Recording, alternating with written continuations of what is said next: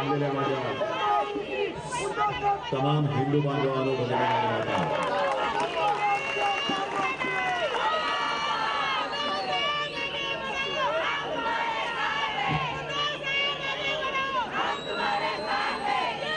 मी प्रत्येक प्रचार सभेमध्ये पाहतोय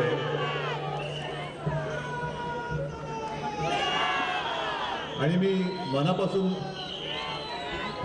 जे काही माझ्या भावना असतात ज्या काही भावना असतात त्या बोलत असतो आणि मला खरंच सांगा की मला आता इथे प्रचाराची आवश्यकता आहे का? मग निघू पुढच्या सभेला? इथल्या विजयाची जबाबदारी तुम्ही घेताय त्यामुळे तुम्हाला खरंच धन्यवाद देतो.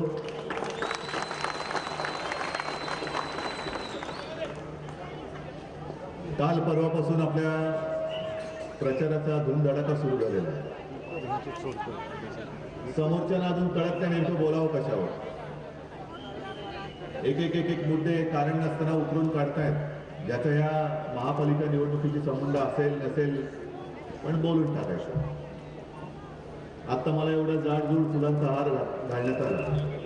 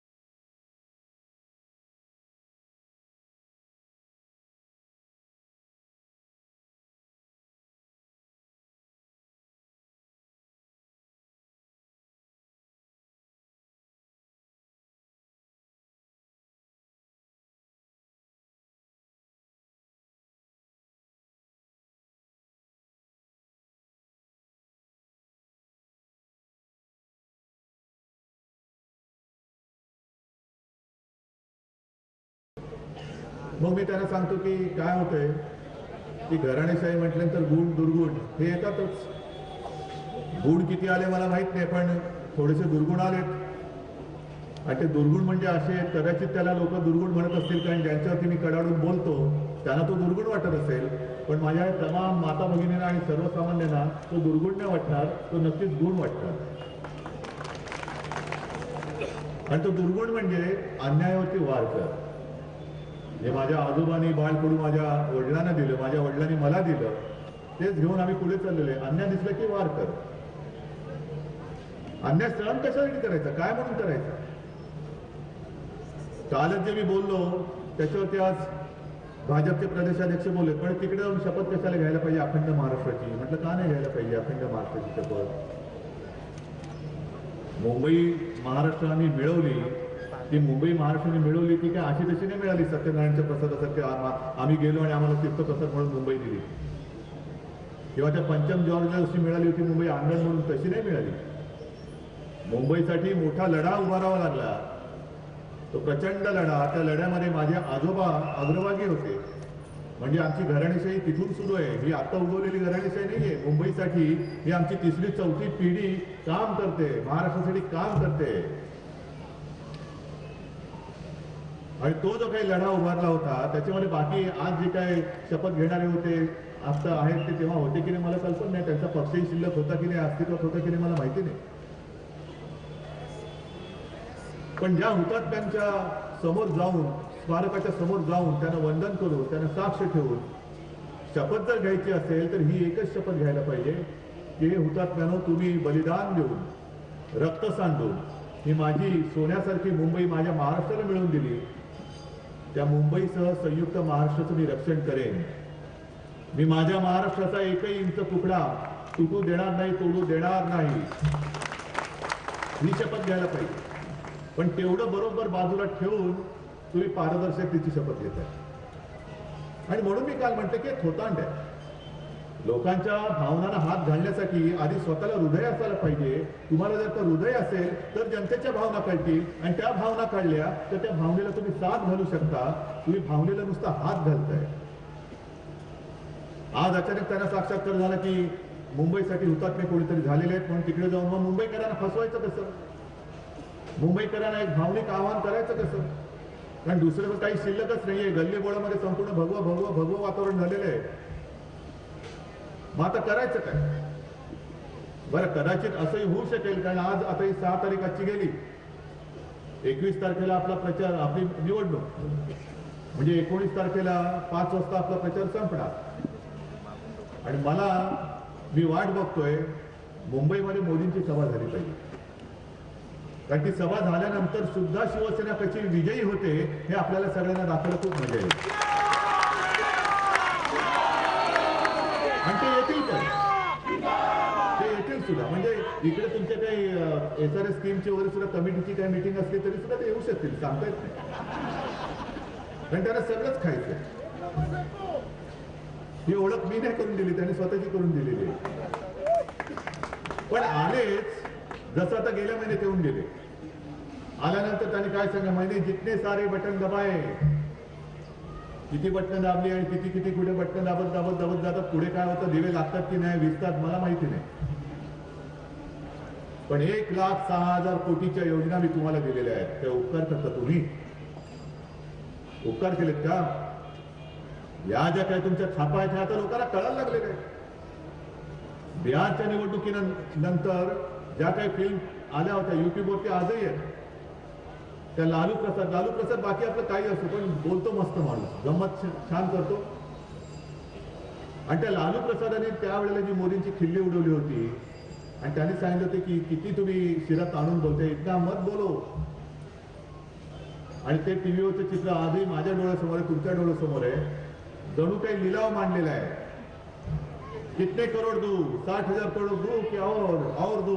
तर लोक बिचारी गोरगरीब, त्यांना असं वाटायचं की हे हो बोलले म्हणजे गेले की ताबडतोब पैसे येणार. आणि मग म्हणायचे और ज्यादा दो, 70,000 करोड दू की और दू, 80,000 दू. म्हणजे काय लिलाव मांडला होता तुम्ही की एवढे एवढे एक, एवढे एवढे दोन, म्हणजे झाले, लिलाव झाला. आणि मग 1,15,00,000 कोटी मी बिहारच्या जनतेला देतोय. तरी सुद्धा बिहारची जनता हुशार, तिने सुपडा साफ करून टाकला. तसंच कदाचित मुंबईमध्ये येतील. कितने करोड दू, त्यांना सांगायचं आम्हाला तुमचे करोड नको. माझी मुंबई दरवर्षी जेवढा टॅक्स केंद्र सरकारला भरते त्यातले फक्त 25% आम्हाला आमचे परत दरवर्षी द्या, बाकी तुमची भीक आम्हाला नको. कारण यावर्षी माझ्याकडे जी काही माहिती आली आहे कदाचित चुकीची असेल, तर ज्यांच्याकडे योग्य माहिती आहे त्यांनी माहिती द्यावी. मुंबईकर म्हटल्यानंतर मीच खरा मुंबईकर, कर बरोबर आहे कारण कर भरतो तो मुंबईकर, असंच झालंय आता. पण यावर्षी चालू आर्थिक वर्षात किमान 2 लाख कोटी रुपयाचा कर मुंबईतून केंद्र सरकारला गेलेला आहे. 2 लाख कोटी दरवर्षी, आणि हा दरवर्षी वाढत जातो. 5 वर्षापूर्वी मी जेव्हा माहिती घेतली होती तेव्हा 1.25 लाख कोटी होता, आता 2 लाख कोटी झालेला आहे. आणि मग जी आपली मागणी आहे की 25% आम्हाला परत द्या. मग 2 लाख कोटींना 25% दिले तर किती झाले. असं 2-3 वर्ष जर का केलं तर माझं महाराष्ट्र राज्य जे आहे ते राज्य कर्जाच्या खड्ड्यातून बाहेर नाही येणार. आणि का नाही आणायचं. जो पैसा आमचा दिल्लीला जातो तो या सगळ्या माझ्या कष्टकऱ्यांचा आहे, घामाचा पैसा आहे, मेहनतीचा पैसा आहे. नुसतं ओरबाडताना दरवर्षी ओरबाडून घेता आणि निवडणुका आल्यानंतर काहीतरी थोतांड म्हणून आपले जाहीर करून टाकता योजना, त्याचा पुढे तरी पत्ता नसतो. गेल्या महिन्यात येऊन गेले आणि काय दणा नुसतं उद्घाटन करून गेले, पण पुढे काय झालं? गेल्या वर्षी तुम्ही आता विसरूनही गेला असता. बाबासाहेबांच्या स्मारकाच्या भूमिपूजनासाठी येऊन गेले. भूमिपूजन करून आता सव्वा वर्ष झालं, एक वीट सुद्धा तिकडे लागलेली नाही. हे तर झालंच, परंतु त्या स्मारकासाठी टेंडर नोटीस किंवा टेंडर वर्क ऑर्डर कशाचाही अद्याप पत्ता नाही. मग कशाला तुम्ही गोरगरिबांना फसवताय? आता सुद्धा तुम्ही म्हणताय की शिवस्मारकाने मुंबईकर सुखावतो. अरे स्मारकाने सुखावण्याची गरजच नाहीये. छत्रपती शिवाजी महाराज की जय म्हटलं की कोणी सुखावतो, त्याच्यासाठी तुमच्या या मोठ्या गोष्टीची गरज नाहीये. पण त्या शिवस्मारकाचं सुद्धा अजून काही नाहीये. खरं म्हणजे हा कायद्याने गुन्हा ठरतो का काय हे सुद्धा बघावं लागेल. की एखादी गोष्ट ज्याचं काहीही मागणूस नाही, वर्क ऑर्डर नाही, टेंडर नाही, टेंडर नोटीस नाही, त्याचं पंतप्रधानांच्या हस्ते भूमिपूजन करायचं, जलपूजन करायचं. मग मेट्रोचं भूमिपूजन केलं. आता मेट्रोचं भूमिपूजन केल्यानंतर पर्यावरण तज्ज्ञांनी सांगितलं की जिथे कारशेड ते म्हणतायत आरे कारशेड, ती जर का कारशेड झाली तर पावसाळ्यामध्ये तो संपूर्ण परिसर हा पुराच्या किंवा पाण्याखाली जाईल. विमानतळापर्यंतचा परिसर हा पूरग्रस्त होईल. मग का विरोध करायचा त्याच्याने? आधी ज्या काही मेट्रोच्या गोष्टी झाल्या किंवा ट्रेन झाले, रस्ते झाले, कुठे आम्ही कोणाला विरोध केला? आता सुद्धा इकडे आपली सभा सुरू आहे. मला संजयनी सांगितलं, मंगेशनी सांगितलं की इथे पावसाळ्यात किती पाणी तुंबत होतं? तुंबायचं ना खूप. म्हणजे काही ठिकाणी मुंबईत ती अशी होती की एक एक मजल्यापर्यंत पाणी चढत होतं. आपण हात वर करून बसलो नाही की काय करणार, पाऊसच पडला, काय करणार, पाऊसच पडला. पाऊस पडला ही आता भौगोलिक मांडणी. अनेक ठिकाणी अनेकदा मी सांगितलेलं आहे की मुंबईची मांडणी अशी विचित्र आहे की जर का जोरदार पाऊस पडला आणि तेव्हा जर का समुद्र उसळला तर पावसाचं पाणी हे समुद्रात न जाता समुद्राचं पाणी उलट शहरामध्ये घुसतं. कारण आपली मुंबई ही काही ठिकाणी समुद्राच्या पातळीपेक्षा खोलगट झालेली. मग आवश्यक तिथे आपण उड्डाण पूल बांधले, काही ठिकाणी पंपिंग स्टेशन बांधली. आणि आता मला खात्री आणखीन एक 2-3 पंपिंग स्टेशनची राहिलेली आहेत की तुमच्या सगळ्यांच्या आशीर्वादाने महापालिका तर आपण जिंकणारच आहोत, तिकडे मला काही शंका नाहीये. पण जिंकल्यानंतर ही 2-3 पंपिंग स्टेशन जी होतील पूर्ण, त्याच्यानंतर मुंबईत कधीही 2005 सारखी पूर परिस्थिती निर्माण होणार नाही, एवढा विश्वास आणि एवढी खात्री मी तुम्हाला देतो. याचं कारण मी सुद्धा मुंबईतच राहतो. माझा जन्मही मुंबईतच झालेला आहे आणि मी मुंबईकरच आहे. त्याच्यामुळे मुंबईच्या व्यथा, मुंबईच्या वेदना या मला जेवढ्या माहिती आहेत तेवढ्या बाहेरून येऊन इथं प्रचार करणाऱ्यांना कळणार नाहीये. हे जे आपलं नातं निर्माण झालेलं मी अनेकदा सांगितलेलं आहे, पुन्हा सांगण्याची गरज नाही. पण काही जणांना ते आठवण केल्याशिवाय आठवत नाही, सांगितल्याशिवाय आठवत नाही की अरे हो हे बरोबर आहे, उद्धव ठाकरे बोलतात ते बरोबर आहे. प्रचारापुरते येणारे नेते कोण आहेत आणि कधी समजा आपत्ती आली, संकट आलं तर धावून येणारा कोण आहे हे माझ्या मुंबईकरांना बरोबर कळतं.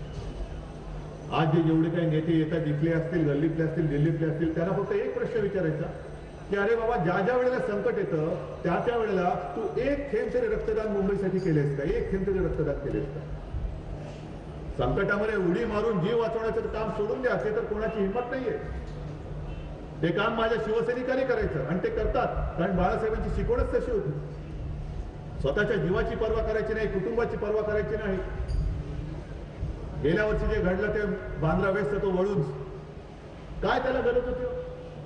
त्याच्या घरामध्ये मी जेव्हा गेलो, खरंच मला अशा ठिकाणी काय बोलावं हा मोठा प्रश्न असतो. कुटुंब म्हटलं तर तरुण, ती महिला बिचारी बसली होती, मांडी होती, छोटं पोर, आणि त्या तरुणाने तो त्याची ड्युटी संपवून घरी येत होता का ड्युटीवरती चालला होता आणि त्या समुद्र किनाऱ्यावरती पाहिलं की 3 मुली पाण्यामध्ये गटांगळ्या खातात, समुद्रात गटांगळ्या खातात. हा विचारत नाही बसला तुम्ही कोण, कुठल्या, मराठी आहेत का अमराठी आहेत, हिंदू आहात का मुस्लिम आहात, शिवसैनिक आहात का कोणतरी आहात, नाही विचारलं त्यांनी. घरादाराचा विचार न करता त्यांनी उडी मारली, 2 मुलींना वाचवलं. दुर्दैवाने 3ऱ्या मुलीला वाचवताना ती मुलगी गेली आणि हाही गेला. असा कोणतरी एखाद्या दुसऱ्या पक्षाचा कार्यकर्ता गेलाय, माझ्या मुंबईकरांना वाचवण्यासाठी गेलाय. कशासाठी म्हणता तुम्ही? नुसतं मुंबई महापालिका बळकवण्यासाठी? अरे दिल्लीमध्ये बसलात का तुम्ही? महाराष्ट्राचं सरकार तुम्ही चालवत आहात. मग सरकार सुद्धा चालवत असताना शिवसेनेचा टेकू तुम्हाला लागतो आणि मग मुंबई सुद्धा गेल्याची, मग आम्ही तुमची काय धुणी भांडी करायची? हा जो इथे जमलेला सगळा जिवंत जनसागर आहे, हा नुसती काय तुमची धुणी भांडी करायला जन्माला नाही आलेला. हा अस्सल मुंबईकर आहे आणि अस्सल मुंबईकराला अस्सल मुंबईचा पक्ष म्हणजे शिवसेनाच पाहिजे, दुसरी बाकीची भारतीय माणसं नको. इथे मोठा जो प्रश्न आहे तो विमानतळाचा आहे. विमानतळ म्हटल्यानंतर आहे ना, विमानतळ आम्हाला पाहिजे. छत्रपती शिवाजी महाराज आंतरराष्ट्रीय विमानतळ अभिमान आहे आम्हाला. तर या विमानतळाच्या बद्दल सुद्धा नाव देताना इतर कोणत्याही पक्षाची मागणी नव्हती, शिवसेनेची मागणी होती. आता जरी मोठा पुतळा तिकडे असला तरी त्याच्या आधीचा पुतळा हा शिवसेना प्रमुख आणि अटलजींच्या हस्ते बसवण्यात आला होता. पण त्याही आधी एक पुतळा बसवला होता, तो बसवण्याचा प्रयत्न झाला. सुधाकरराव नाईक तेव्हा मुख्यमंत्री होते, काही जणांना आठवत असेल. किती सरकार काँग्रेसचं असो किंवा भाजपचं सुद्धा असो, श्रेय घ्यायचं तेव्हा बरोबर श्रेय घेतं आणि अत्याचार करायचा तेव्हा बरोबर अत्याचार करतं. सुधाकरराव नाईक मुख्यमंत्री असताना शिवसैनिकांनी तो छत्रपतींचा एवढाच पुतळा असेल जाऊन बसवण्याचा तिकडे प्रयत्न केला, कारण म्हणजे महाराजांचा पुतळा. महाराजांच्या पुतळ्याला विरोध करणारा या राज्यामध्ये राज्य करू शकतो किंवा कसा राज्य करू शकतो, हाच एक मोठा प्रश्न आहे. आणि तो पुतळा बसवायला गेलेल्या शिवसैनिकांनी अटक केलीच.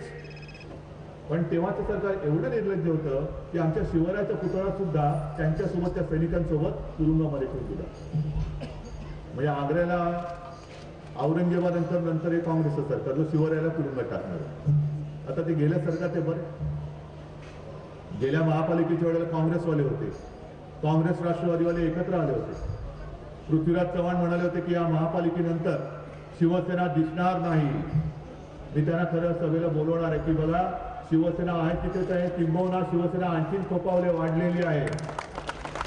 शिवसेनेचे 18 खासदार निवडून आलेले आहेत. शिवसेनेचे एकट्याच्या ताकदीवरती 63 आमदार निवडून आलेले आहेत. पण पृथ्वीराजजी तुम्ही कुठे आहात, तोच आम्हाला प्रश्न आहे. ते सध्या काय करतात, हा मोठा प्रश्न आहे. आणि तेच आता या मुख्यमंत्र्यांचं होणार आहे. 23 तारखेला शिवसेनेला अवकाश दाखवू. हे बसले तिकडे, अवकाश कोणाची कोणाला दाखवायची दाखवतील, मला काय सांगायची गरज नाहीये. पण पारदर्शकता ते जे काय म्हणताय त्या पारदर्शकतेबद्दल सुद्धा मी सांगितलेलं आहे, पुन्हा एकदा सांगतो की जी पारदर्शकता तुम्हाला महापालिकेमध्ये पाहिजे ती आहेच. किंबहुना महापालिकेमध्ये जी काही कामं होतात ती बरीचशी किंबहुना सगळीच्या सगळी ऑनलाईन उपलब्ध आहेत. कोणाला RTI वगैरे करण्याची गरज लागणार नाही किंबहुना लागू नये म्हणून ही सगळी माहिती अत्यंत पारदर्शकपणाने ऑनलाईन उपलब्ध करणारी कदाचित देशातली एकमेव महापालिका असेल. आणि या पारदर्शकतेबद्दल इथल्या लोकांना काही कळलेलंच नाही. भाजपच्या केंद्र सरकारने एवढा मस्त मोठा जाडजूड अहवाल दिला, माझ्या गाडीमध्ये आहे. आणि त्या अहवालामध्ये म्हटलेलं आहे की संपूर्ण देशात पारदर्शक कारभाराच्या बाबत मुंबई महापालिका ही अव्वल दर्जावरती नंबर 1 वर आहे. पारदर्शकता याला म्हणतात पारदर्शकता. पण एका गोष्टीचं उत्तर हे आता मुख्यमंत्र्यांनी द्यायला पाहिजे. आमच्याकडनं जशी तुम्ही पारदर्शकता मागता जी असताना सुद्धा तुम्हाला दिसत नाही, मग तुम्ही जे म्हणता युती तुटल्यामुळे मी मुख्यमंत्री झालो, पण आमचा टेकू लागण्याच्या आधी तुम्ही मुख्यमंत्री कसे झाला होता, ते बहुमत तुमचं कसं होतं, ह्याची पारदर्शकता आम्हाला सांगता का? कोणाच्या पाठिंब्याने तुम्ही शपथ घेतली होती, काय होतं ते गुपित, काय त्याच्यात पारदर्शकता होती, कसं बहुमत तुम्ही सिद्ध केलेलं, आणारा ती पारदर्शकता जनतेसमोर येऊ द्या. आम्ही आपला वाद नको म्हणून तुम्हाला पाठिंबा दिला, कारण अनेक वर्षानंतर दिल्ली आणि महाराष्ट्रामध्ये जे सरकार नको होतं ते आपण मिळून घालवलं होतं. काँग्रेस नको म्हणून आम्ही तुम्हाला पाठिंबा दिला. पण आमचा पाठिंबा घेण्याच्या आधी, आम्ही तुम्हाला पाठिंबा देण्याच्या आधी तुमचं सरकार नेमकं कसं काय बहुमत मिळून सरकार तुम्ही बनवलं होतं ते एकदा सांगा लोकांना. हिंमत असेल तर तेही सांगून टाका की कोणाकोणाचा तुम्हाला पाठिंबा होता. त्याच्याबद्दल कोणी ब्र काढायचा नाही, फक्त वारे माप आरोप करत सुटायचे. बरं, आरोपात सुद्धा जर काही तथ्य असेल तर ठीक आहे. मुंबईच्या कारभारापेक्षा मुंबईचा कारभार तर व्यवस्थित आहेच, पण त्यांच्या नागपूरच्या कारभाराबद्दल आपल्या लोकांनी वाभाडे काढले. तिकडे त्यांची फेफे उडालेली आहे की आता त्या प्रश्नावरती प्रश्न आपण तिकडे त्यांना विचारतोय, उत्तर देता येत नाहीये.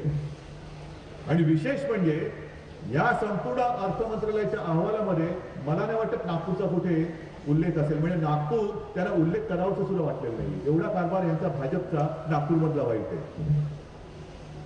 आज हा परिसर आहे, मला कल्पना आहे, हा विमानतळाचा परिसर आहे. सुधारणा होते, विकास पाहिजे, विकास पाहिजे, विकास पाहिजे. पाहिजे ना विकास, मला पाहिजे. कोणाला विकास नकोय? तुम्हाला विकास नकोय?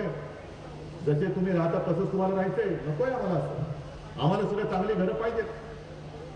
पण ही घरं पाहिजेत म्हटल्यानंतर केवळ तुमची दुकानं चालवायची म्हणून जर का तुम्ही माझ्या इथे गोरगरिबाला उचलून कुठे ते फेकणार असाल तर तुमच्या विकासाची एक सुद्धा वीट मी इथे रचू देणार नाही. हे सुद्धा या सभेमध्ये मी जाहीरपणाने सांगतोय. संजय कोटणीस, मंगेश आहेत, सगळे आहेत, तिथल्या सगळ्या आमदारांनी जो प्रश्न विधानसभेत विचारला होता, मुख्यमंत्र्यांनी विधानसभेत एक उत्तर दिलं आणि जाहीर सभेत एक उत्तर दिलेलं आहे. मेट्रोच्या बाबतीमध्ये जे घडलं तेही तुम्हाला मला सांगायचे, कारण तसंच मला इथे करायचं आहे. गिरगावकर जेव्हा माझ्याकडे आले होते, गिरगावमधनं मेट्रो, तो संपूर्ण आराखडा माझ्याकडे आणला होता. मेट्रोची लोक आले, अधिकारी आले आणि त्यांनी मला सांगितलं, उद्धवजी हा बघा पूर्ण आराखडा, कुठून कशी मेट्रो जाणार आहे, याचं स्टेशन कुठे येणार आहे, बरोबर किती अंशामध्ये ते वळणार, कुठून काय जाणार, हे सगळं बरोबर आहे. मग महापालिकेमध्ये जेव्हा तो आराखडा मंजुरीला आला, मला विचारलं आपल्या नगरसेवकांनी काय करायचं. म्हटलं आराखडा नामंजूर करा. तो नाही म्हणे साहेब, तो पूर्ण आराखडा त्यांनी दिलेला आहे. म्हटलं नाही, आराखडा पूर्ण नाहीये, तो नामंजूर करा, परत पाठवा प्रस्ताव. मेट्रोच्या अधिकाऱ्यांनी सांगितलं साहेब आता काय करायचं, आराखडा पूर्ण आहे, बघा ना आम्ही पूर्ण तो त्याचा मार्ग दिलेला आहे, सगळं दिलेलं आहे, आणखीन काय पाहिजे तुम्हाला. म्हटलं तुम्ही मार्ग दाखवलेत बरोबर आहे, किती बिल्डिंग जाणार आहेत ते पण साहेब आम्ही दाखवलेले आहेत, किती बिल्डिंग जाणार आहेत. म्हटलं बरोबर आहे, दाखवलेत बिल्डिंग, दाखवलेत बिल्डिंग कोणत्या जाणार दाखवलं, स्टेशन्स कुठे होणार ते दाखवलं, मार्ग कुठून कुठे जाणार ते दाखवलं. मग त्या लोकांना ज्यांच्या इमारती जाणार आहेत, ज्यांची घरं जाणार आहेत, त्यांना घरं कुठे देणार. नाही आम्ही ते तिकडेच देणार आहोत, तिथेच देणार. म्हटलं नाही, तसं नाही चालणार. जर का तुम्ही नेमक्या बिल्डिंग दाखवतायत कुठल्या जाणार आहेत, तर त्या बिल्डिंग मधली लोक ही नेमकी त्यांना कुठे जागा देणार आहात ते मला त्या जोपर्यंत नकाशावरती आराखड्यात दाखवत नाही तोपर्यंत मी आराखडा स्वीकारणार नाही. हा आराखडा मी फाडून फेकून देईन, मला पहिले ते दाखवा. मग त्याच्यामध्ये 4-5 महिने निघून गेले. मग मला पुन्हा निरोप आला की आता आमची तयारी झालेली आहे. आता पूर्वी बऱ्याच बिल्डिंग जात होत्या, त्याच्यापैकी आता आम्ही म्हणजे 1100 कुटुंब जात होती, ती आता 200-300 वरती आलेली आहेत. म्हणतं ठीक आहे, पण तरीही 200-300 कुटुंब सुद्धा तुम्ही कुठे त्यांचं पुनर्वसन करणार तिथल्या तिथे ते दाखवा. मग ती पुन्हा लोक आली, जी पुनर्वसन करण्याची जी ज्यांची आवश्यकता होती त्या लोकांना बोलवलं आणि मग अंतिमतः मेट्रोच्या आराखड्यावरती ही इथली बिल्डिंग पाडल्यानंतर त्या इमारतीतल्या लोकांना तिकडेच कुठे जागा देणार, कशी देणार हे त्यांनी दाखवून मार्क केल्यानंतर सगळ्यांना विचारलं, बाबांनो तुम्हाला हे मंजूर आहे? ते म्हणाले मंजूर आहे. दुकानदारांना विचारलं, हे तुम्हाला मंजूर आहे? त्याला मंजूर आहे. म्हणजे ठीक आहे, मग आता नारळ फोडा. तसंच माझ्या या परिसरातल्या लोकांना मी सांगतोय, झोपड्यांवरती नंबर टाकले जातात, घरावरती नंबर टाकले जात आहेत. ही नुसती स्त्रियांची लढाई नाहीये. इथे जे वर्षानुवर्ष आणि पिढ्यानपिढ्या राहत आहेत त्यांचा काही गुन्हा नाहीये, काही अपराध नाहीये. बरं, विमानतळाचा विकास, हा विमानतळाचा विकास झालेला आहे. विमानं उतरतायत, विमानं उडतायत, आणखी नव्या मुंबईमध्ये मोठा विमानतळ होतोय. मग विमानतळाचा विकास झाल्यानंतर आजूबाजूला तुम्ही का भिडायला बसलेला आहे? मधल्या काळामध्ये जी एक जाहिरात आली होती की या परिसरामध्ये स्मार्ट सिटी करणार. म्हणजे काय करणार? स्मार्ट सिटी म्हणजे काय करणार? एक चांगलं दिसायला चित्र खूप चांगलं आहे, पण चित्र जरी चांगलं असलं तरी त्या चित्राच्या खाली हा सगळा बेसूरपणा आहे. ही माझी माता भगिनी सगळी बांधव आहेत, यांना उचलून तुम्ही फेकणार असाल आणि तुमची स्मार्ट सिटी होणार असेल तर ती स्मार्ट सिटी मी होऊ देणार नाही, अजिबात होऊ देणार नाही. जर इकडे तुम्हाला विकास करायचा असेल तर ज्या ज्या बिल्डिंग, जी काही घरं आहेत, जी घरं त्याच्यामध्ये जाणार असतील त्या संपूर्ण घरातल्या आणि परिसरातल्या लोकांना तुम्हाला घेऊन बसावंच लागेल आणि त्यांना दाखवून द्यावं लागेल की तुमची बाबांनो एक लक्षात द्या की ही जागा आहे, ही जागा तुम्हाला इथून आम्ही हलवून या बाजूला देतो आहोत. इथला एक सुद्धा माणूस मी हा परिसर सोडून दुसऱ्या परिसरामध्ये फेकायला देणार नाही म्हणजे नाही. आणि त्याच्यासाठी तुम्ही माझ्यासोबत असले पाहिजे, तर त्याला आपण विकास बघू. जे मी काय बोलतोय तुम्हाला मान्य आहे, पटतंय? तर त्यांचा विकास तुम्हाला मान्य आहे तर तुम्ही कुठेही जायला तयार आहात. बोला ना, उघड खुल्ला कारभार करू. जर का विकास विकास म्हणून तुम्हाला कुठेही जर का जाण्याची आवश्यकता असेल किंवा जावं लागलं तर जाण्याची तयारी असेल तर तुमची जाण्याची तयारी आहे का? हा निवडणुकीचा मुद्दा असेल, निवडणुकीचा मुद्दा नसेल, पण तुमच्या आयुष्याचा विषय हा. निवडणुकीपुरता मी जर नुसतं येऊन बोलून गेलो, मुख्यमंत्री येतील आणि बोलून जातील. अरे जे मुख्यमंत्री विधानसभेत एक बोलतात आणि जाहीर सभेत दुसरं बोलतात, नेमकं आम्ही कोणत्या मुख्यमंत्र्यांवरती विश्वास ठेवायचा? विधानसभेतल्या की विधानसभेच्या बाहेरच्या मुख्यमंत्र्यांवरती? आणि खरं म्हणजे संजय, मला वाटतं तुमच्या त्या कायद्यामध्ये एक अशी पद्धत आहे की विधानसभेमध्ये एकदा जर का बोललं ते बोलणं म्हणजे तो वज्रलेप असतो, ते खोडता येत नाही. आणि मग जर विधानसभेतलं बोलणं आणि बाहेरचं बोलणं ह्याच्यात फरक असेल तर मुख्यमंत्र्यांवरती सुद्धा हक्कभंगाचा प्रस्ताव येऊ शकतो. खरं तुम्ही आणू शकता. आणि जर का मुख्यमंत्री इथे आले तर त्यांना बेधडकपणाने विचारा की बाबा नेमकं तुम्ही आमचं काय करणार आहात? तर नुसती निवडणुकीपुरती आमच्या कोपऱ्याला गुळ लावून सोडून देणार. गुळ असा आहे की गुळ म्हटलं ती काढता येत नाही आणि चाकता येत नाही. काल परवाकडे जे डोंबिवलीमध्ये मराठी साहित्य संमेलन झालं तर माझी जायची इच्छा होती, पण आता हे मोठा आपला हा लढा सुरू झालेला आहे त्याच्यामुळे मला तिकडे जाता नाही आलं. पण उद्घाटनाला जे मुख्यमंत्री गेले होते त्या मुख्यमंत्र्यांना सुद्धा, महाराष्ट्राच्या मुख्यमंत्र्यांना डोंबिवलीकरांनी, कल्याणकरांनी काळे झेंडे दाखवले. त्याच्यासाठी कल्पना आहे तुम्हाला? जेमतेम 1.5 वर्ष झालेलं आहे. ज्या वेळेला तिथे सुद्धा युती नव्हती, युती तुटली होती, 2 विषय होते, तेव्हा मुख्यमंत्र्यांनी जाहीर केलं होतं की आमच्या ताब्यामध्ये जर का महापालिका दिली तर आम्ही तुम्हाला 6,500 कोटी रुपये देऊ. अजून 6.5 पैसे सुद्धा दिलेले नाहीत. आणि त्याचबरोबरीने आणखीन एक विषय होता की कल्याणमधली आजूबाजूच्या परिसरातली 27 गावं जी महापालिकेत घेण्यात आली होती ती 27 गावं आम्ही त्यांची वेगळी महापालिका करू. कारण त्या गावकऱ्यांची इच्छा होती महापालिकेत आम्हाला यायचं नाही, नाहीतर आम्ही मतदानावरती बहिष्कार टाकू. आणि तेव्हा मुख्यमंत्री बोलले होते की मी असं होऊ देणार नाही, मी तुम्हाला स्वतंत्र महापालिका करून देईन. आणि मी त्या गावकऱ्यांना सांगितलं होतं की बाबांना असं करू नका, महापालिकेची निवडणूक लागलेली आहे, तुम्ही मतदान करा, परंतु शिवसेना विजयी झाल्यानंतर माझा शब्द आहे तुमच्या जे हिताचं असेल ते केल्याशिवाय मी राहणार नाही. जर तुम्हाला वाटलं की महापालिकेत आलोय आम्ही महापालिकेत राहू, तुम्ही महापालिकेत राहा. जर तुम्हाला वाटलं की नाही आमचा पहिला विचार होता तोच योग्य होता, आम्हाला महापालिका नको, मी पुढाकार घेईन आणि तुमची वेगळी महापालिका स्थापन करून देईन. पण मुख्यमंत्र्यांनी जाहीर करून टाकलं, भावनेला हात घातला. जो मगाशी मी बोललो तेच. काय म्हणताय तुम्ही? महापालिका नको, मी महापालिकेत देणार नाही, तुम्हाला वेगळी महापालिका देईल. आणि आता बोलायला तयार नाही, भेटायला तयार नाही. ती लोक पिसाळले. करायचं काय, जायचं कुठे? त्यांना झुंपून दिलेलं आहे, त्यांच्या इच्छेविरुद्ध निर्णय घेऊन टाकला, झाला, शिक्कामोर्तब झालं. पण आता मुख्यमंत्र्यांकडे भेटायला वेळ नाही, कल्याण डोंबिवलीकरांचा तपा एक पैसा द्यायला नाही, मग कशाला ही सगळी थापा मारता आणि कशाला खोटं बोलतात?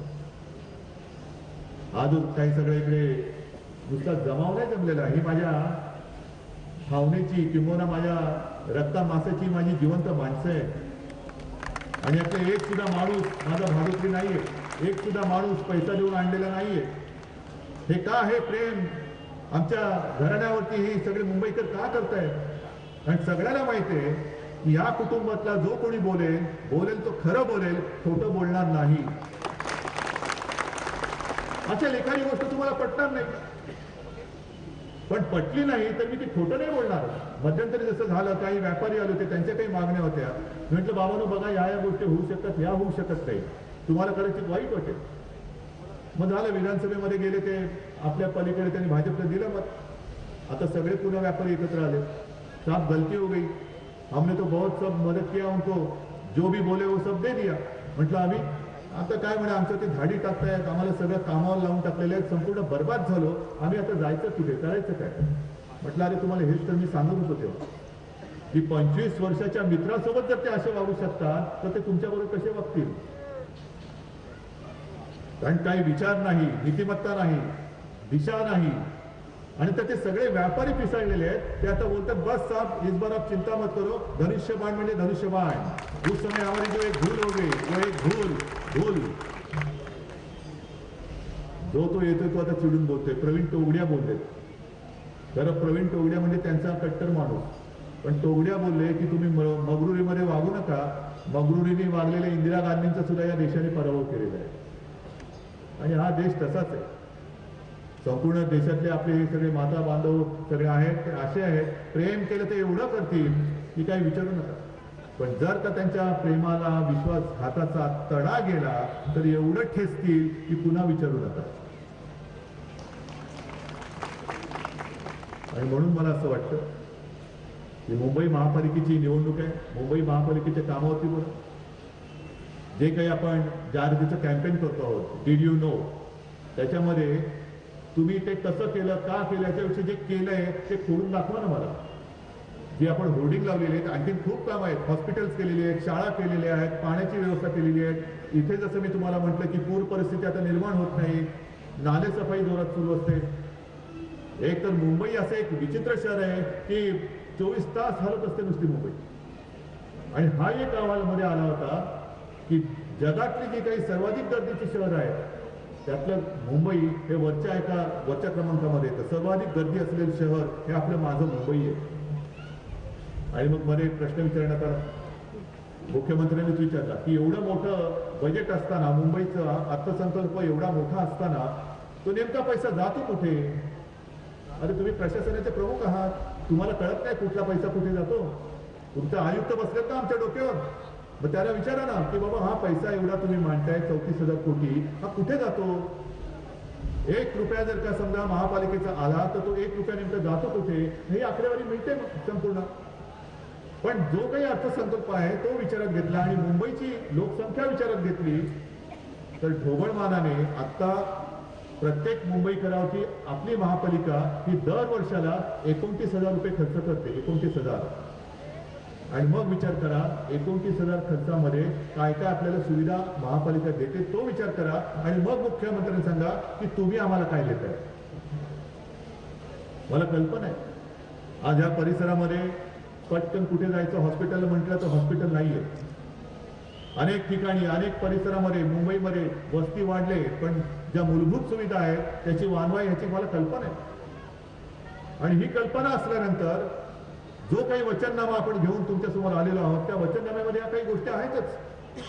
पहिली गोष्ट म्हणजे इथे एक चांगलं अद्ययावत रुग्णालय करणं. मी संजयला विचारलं, मंगेशला विचारलं, आमच्या सगळ्या लोकांना विचारलं, उद्या आयुक्तांना पण विचारलं की इथे एक मोठं नाही म्हटलं तरी प्रसूतीगृह आहे 6 मजल्याचं. ते सुद्धा एक मोठी गोष्ट होणार. पण तसेच आणखीन एखादी काही अपवाद करा, काही करा, पण माझ्या ह्या परिसरामध्ये एक चांगलं अद्ययावत हॉस्पिटल हे दिलं गेलं पाहिजेच. म्हणजे पाहिजे हा माझा आग्रह असतो. अनेक लोक मला कल्पना आहे काय मोठ्या घरामध्ये राहत नाहीत, साध्या छोट्या घरामध्ये राहतात. अगदी पुनर्वसनाचं जरी पुनर्विकास म्हटलं तरी घर किती मोठं मिळतं? 300 फूट, 350 फूट, 400 फूट. मग त्याला काही काळ हा मालमत्ता कर नसतो. पण 500 फुटामध्ये राहणारा जो काही माझा मुंबईकर आहे त्याला इतर सुविधा काय असतील काही नसतील पण तर मात्र जबरदस्त असतो. आणि म्हणून मी तुम्हाला वचन दिलेलं आहे की पुन्हा एकदा तुमच्या आशीर्वादाने मुंबई महापालिकेची भगवा फडकल्यानंतर 500 फुटात राहणाऱ्या संपूर्ण सगळ्या मुंबईकरांचा मी मालमत्ता कर रद्द म्हणजे रद्द शून्य करणार आहे.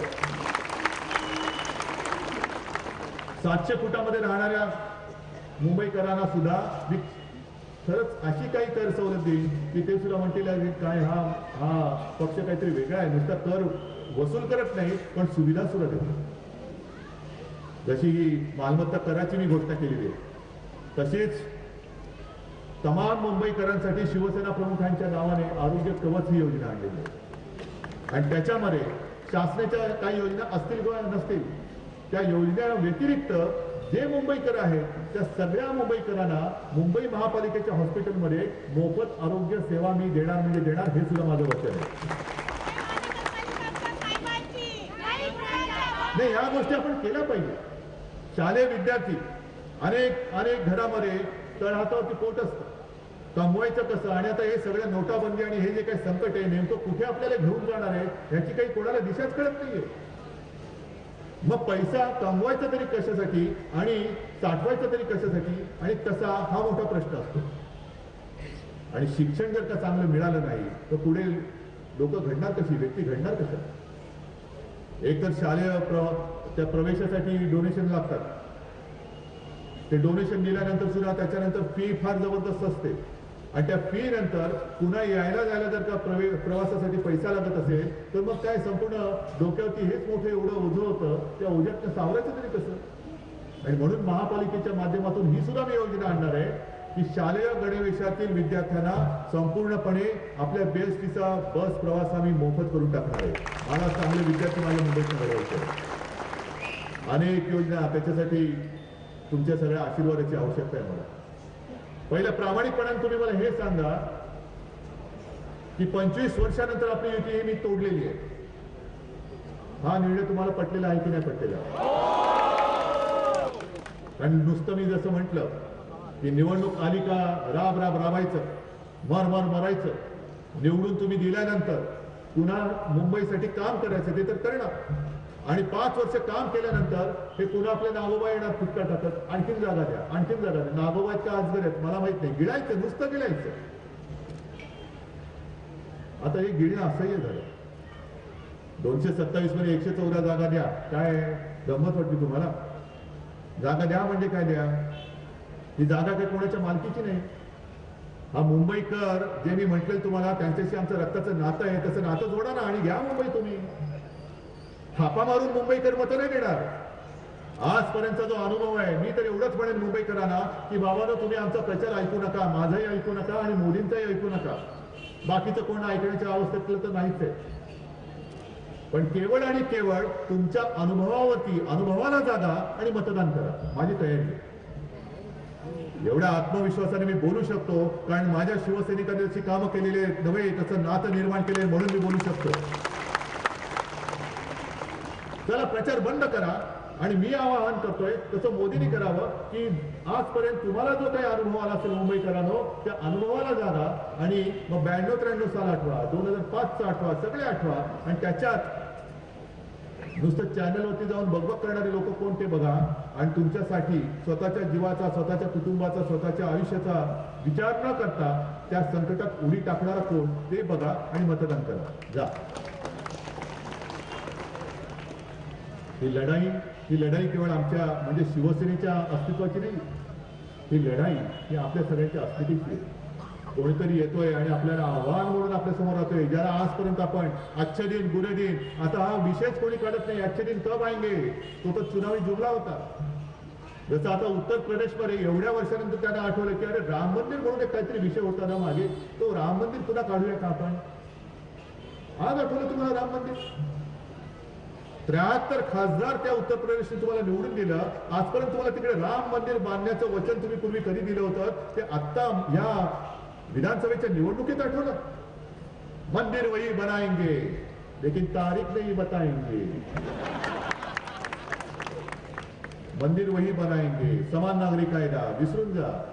आणि मग ते जे काय अमित शहा बोलतात की ही म्हणे आमची फ्रेंडली मॅच आहे, आमच्यामध्ये मतभेद असले तरी मनभेद नाही आहेत. मी जरूर बोलतो मतभेद आहेतच.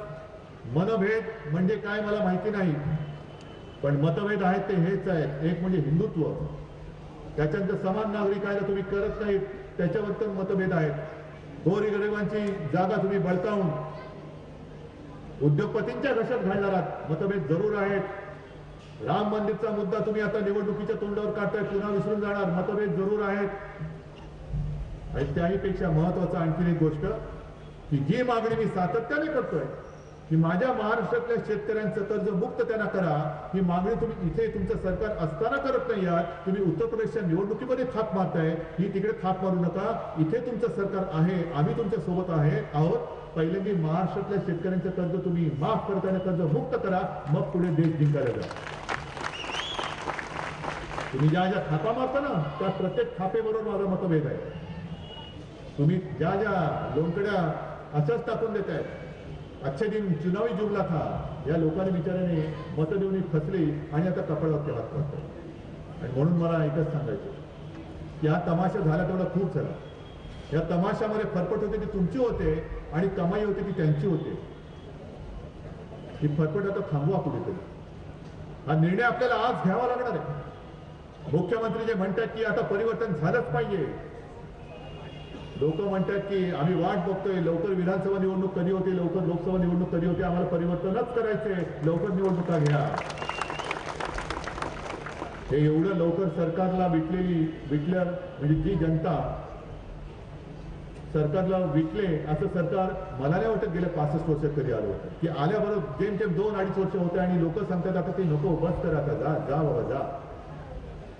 आणि म्हणून ही लढाई, तो मगाचा जो हार आहे तो नुसता हार नाही, हे मोठं आव्हान आहे.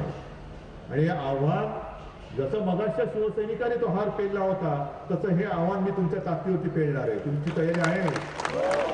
कारण मी गोरेगावला बोललोय, मला असे तसे सैनिक नको आहेत, मला निखाऱ्यावरनं चालणारे सैनिक पाहिजे. तसे सैनिक तुम्ही आहात. यापुढे कोणी येईल आणि काही भूलतापा मारेल, फसणार आहात.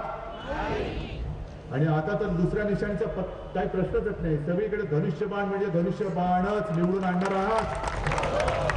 सगळ्यांनी एकदा हात वर करून मोठी गोष्ट द्या. दुसरा माझा नाही, शिवसेनेचा जय जयकार करा, छत्रपती शिवरायाचा जय जयकार करा, शिवसेना प्रमुखांचा जय जयकार करा. आणि हा जयघोष एवढा झाला पाहिजे की तो दिल्लीला ऐकायला गेला पाहिजे. जय हिंद, जय महाराष्ट्र. झी 24 तास रहा एक पाऊल पुढे.